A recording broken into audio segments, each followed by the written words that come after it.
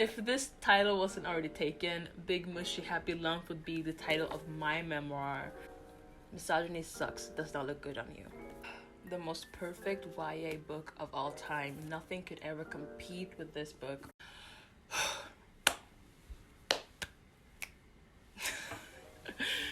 Hi friends, welcome to this week's video. Today I'm gonna show you all the books that I've read in the month of November, plus what I'm currently reading. So let's just hop on in.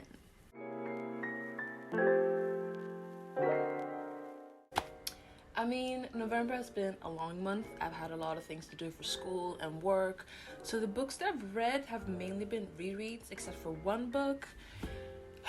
Because after writing essays all day long, I don't want to read something new. I just want to read something comforting, soothing that I read 10 times before, because you know, that's what my soul needs at the moment.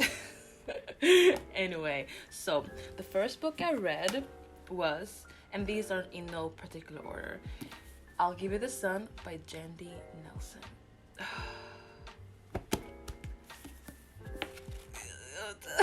Incredible, amazing, show-stopping, spectacular. I'll Give You the Sun by Jandy Nelson. The most perfect YA book of all time. Nothing could ever compete with this book. Oh my god. Oh, okay, that's really strong. I take that back. It's a good book. That's just what I'm trying to say. Okay. I'll Give You the Sun tells the story of Jude and Noah. At one point, they are extremely close, but after the tragic death of their mother, they slowly grow apart. That's one reason for why that happens. It's beautiful. The writing is impeccable, so atmospheric. It destroyed me only to glue me back together, and then was like, hey, you owe me $20. Anyway.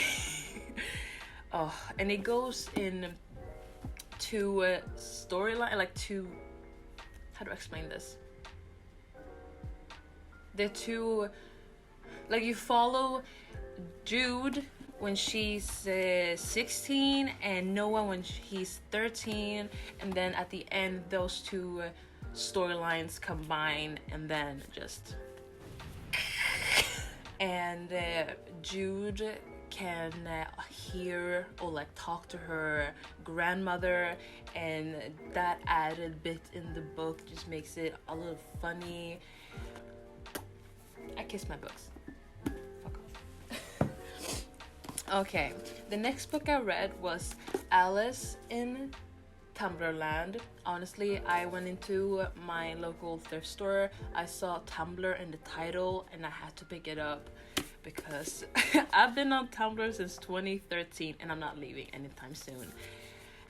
Alice in Tumblrland is basically a retelling of all our favorite stories that we read as children, like Beauty and the Beast, Cinderella, The Ugly Duckling, but then makes them more relatable for the social media generation. For example, The Ugly Duckling takes selfies, Cinderella is a photographer. Hey, looking at on Goodreads, it seems like you either love this book, find it hilarious, or you hate it. The reviews are really on two different sides of the end. I didn't really mind it. I find some things to be quite funny. It's fine, kind of meh. I gave it 3 stars. It was a perfect book to read when you're trying to go to bed and just want to like get off your phone. It's really short. The texts aren't long and it's mainly pictures. If you find it in the library, maybe look at it, but I got it pretty cheap, so I don't regret buying it. So just 3 stars. Okay, then I read a childhood favorite. This book isn't in English, so if you don't understand Swedish, I don't think you can read it, but it's just a childhood favorite book. The Monster how do you translate this? Monster Academia, Monster School. It's just a girl getting into the Academy of Fighting Monsters. It's honestly the first book that I read as a child, and it was just the most nostalgic reading experience I've ever had. And I love it. If you read in Swedish, I recommend picking it up. Okay, the next book I picked up was Nimona by Noelle Stevenson. This book has the first time I ever met up with an internet friend, we went into this bookstore and I picked up this book along with 2 other books here, and just for that reason alone, it has a special place in my heart. Nimona follows the story of Nimona, a shapeshifter, and Ballister Blackheart, a villain, and they team up as a sidekick plus villain partnership and then things happen. I loved it so much. The art style is impeccable. The dialogue alone will put a smile on your face. It's honestly really beautiful. I need to pick up more of Noelle Stevenson's books. I saw that on Goodreads that she has published a lot since I read Nimona in 2015. Was it with Bookmark? Oh my god! I should not have gotten that excited. Anyway, what was I saying? Yeah, I need to pick up more of Noelle Stevenson's books because her storytelling is really beautiful. Her art is beautiful. If you want to get into graphic novels and you love Marvel movies, I really recommend this book for you. I gave it... Did I give it 5 stars? 4 stars? 5 stars, why not? I'm gonna go into a rant with this book, so get ready. I read Milk and Honey by Ruby Kaur. Milk and Honey is a poetry collection about violence, love, loss, femininity. Did I say love? It's split into 4 chapters: the hurting, the breaking, the loving, and the healing. The healing is my favorite chapter, and it's one of my favorite poetry collection because it's the poetry collection that I picked up that made me want to get into writing poetry for myself. And I think for that reason alone, it will always have a special place in my heart. But I do remember when I first started reading poetry and I got asked, what's your favorite poetry collection? And whenever I would mention Milk and Honey, I would almost get dismissed that, oh no, you're not a good poetry reader because you like Ruby Kaur. And I want to talk about that. Not all poets will be for you.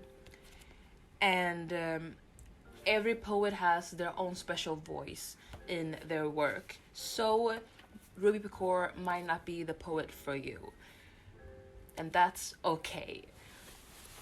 What makes me angry is just the misogyny and the racism that I've seen when it comes to talking about Milk and Honey.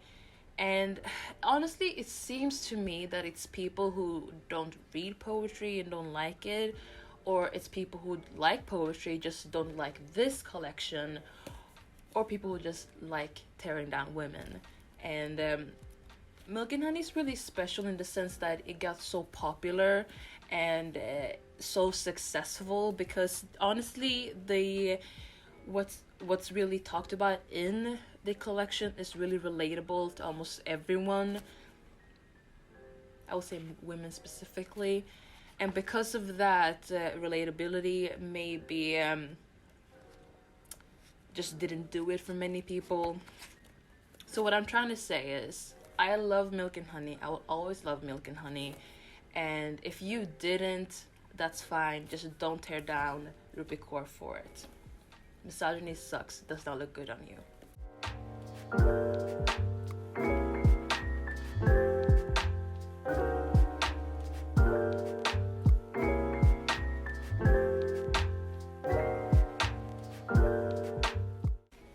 The next book I read was Everyday Sexism by Laura Bates. Honestly, when I was reading this book, the thought that kept coming back to me was, this is a book that I needed when I was 14 and I first started getting into feminism. And I mean, I had a friend who would always dismiss my thoughts on feminism every time I would bring it up. And I just didn't, I had the thoughts and opinions, but I didn't have a book that could put that in with statistics and with other experiences of other women together. And if I had it, I think I would have something to stand on and to show that person, hey, what you're saying is wrong. I was a little afraid that intersectionality would not be brought up in the book. I was wrong. In the later chapters, Laura Bates does talk about trans issues and the very real experiences of misogyny that Black women face. And I did like that, because if your feminism isn't intersectional, you're not a feminist. I like how the book was structured. Each chapter starts with statistics and some stories that will go into what is talked about in the chapter. And I like that. I also like how Laura Bates talked about the fact that the small instances of sexism in our daily life are just a part of the bigger problem, not seeing women's issues as real, immediate, and important to solve, how they are solvable in our time. Everyday sexism will give you that very real and how to explain it, that like really angry feminist anger. It will provide that. And man, I loved it. I think I gave it 4 stars. I should know how many stars I give these books. But yeah, I loved it. The last 2 books I can talk together were Adulthood is a Myth and Big Mushy Happy Lump by Sarah Andersen.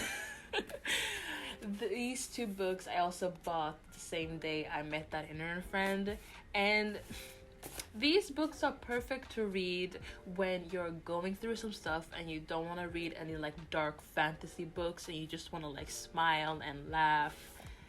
And you know that Vine where he's like, I do that. There are a collection of comics that Sarah puts out.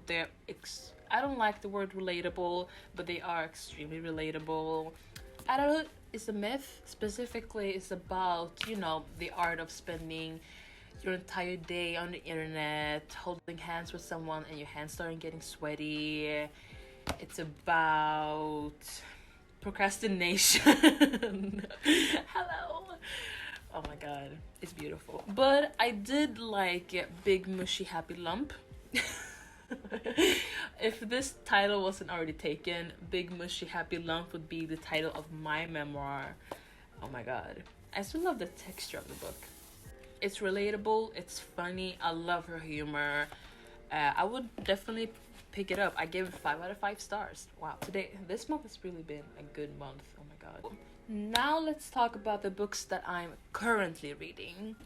So our book of the month for December is Meet Cute by many authors.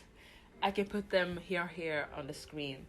I don't know if we have gone into this on YouTube, but the way that we pick our book of the month is that we have a theme, and then I come up with a book for that theme, Sunny comes up with a book with that theme, and then our Instagram followers pick the book that we read. And for December, they picked this book. It was my choice. Thank you, guys. And I picked this book mainly because I've been wanting to read it since, when did it come out? 2018?